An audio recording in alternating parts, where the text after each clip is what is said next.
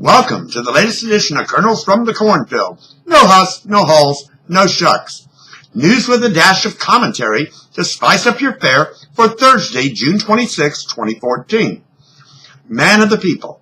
For a political junkie like me, the news struck close to the heart to learn today that former Tennessee Senator, former White House Chief of Staff for President Ronald Reagan, son-in-law of the late, great Illinois Senator Everett Dirksen, Howard Baker, passed away.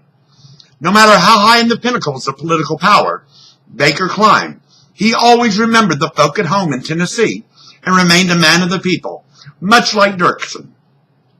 Baker is now part of the war room in heaven, plotting the political machinations of the celestial powers.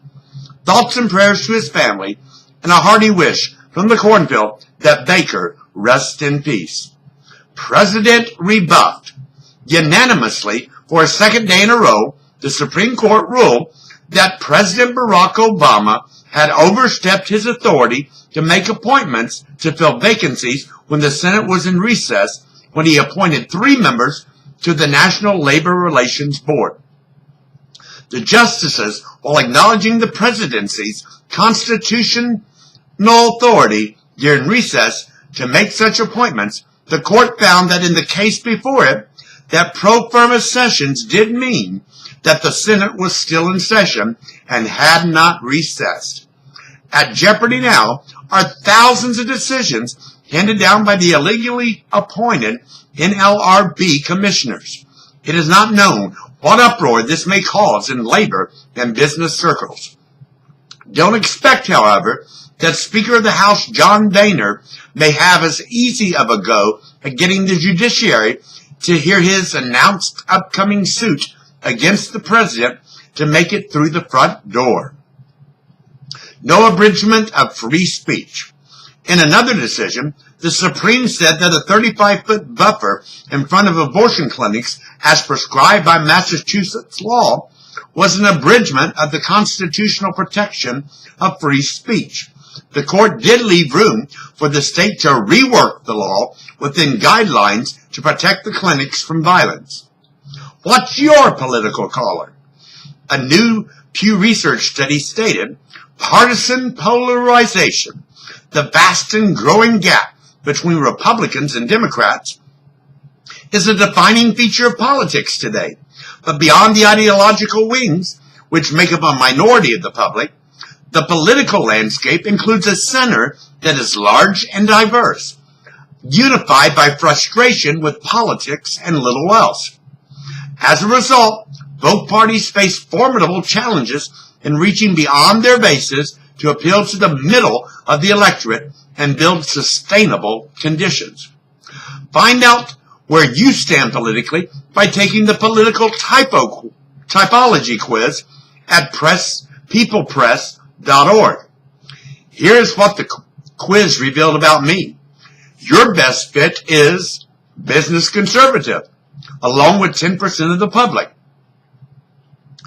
Dog ate my homework. Part 2. First, it was the IRS saying that emails were lost and cannot be recovered. No one is buying into that excuse. Now it's the Environmental Protection Agency saying that its emails were also gobbled up by the mysterious web monster consuming cyber documents. Again, a faulty hard drive is being blamed for the lost emails from a biologist on a controversial mining project. For an administration that vaunts itself on how tech-savvy it is, these geeks sure seem to have major issues with what we all know never disappear once it is in cyberspace. Arming vetted Syrian rebels. This coming in late, President Barack Obama is asking Congress for $500 million to arm and train vetted Syrian rebels. Remember, the Islamic State in Iraq and Syria, ISIS, which is laying waste to Iraq, is also the driving force in the Syrian rebellion. Inquiring and skeptical minds wants to know, how much of that $500 million, if approved, will find its way into the coffers of ISIS? Give me 2 big gulps. The nanny state was handed a blow today when New York State's highest court struck down former New York City Mayor Mike Bloomberg's ban on large-size sugary drinks. The court ruled that the city overreached and could not tell consumers what size of soft drinks they were allowed to purchase and consume. Cornfield equality. Since yesterday's ruling that Indiana's ban on equality for same-gender long-term couples was unconstitutional, couples have been lining up to get a license and wed.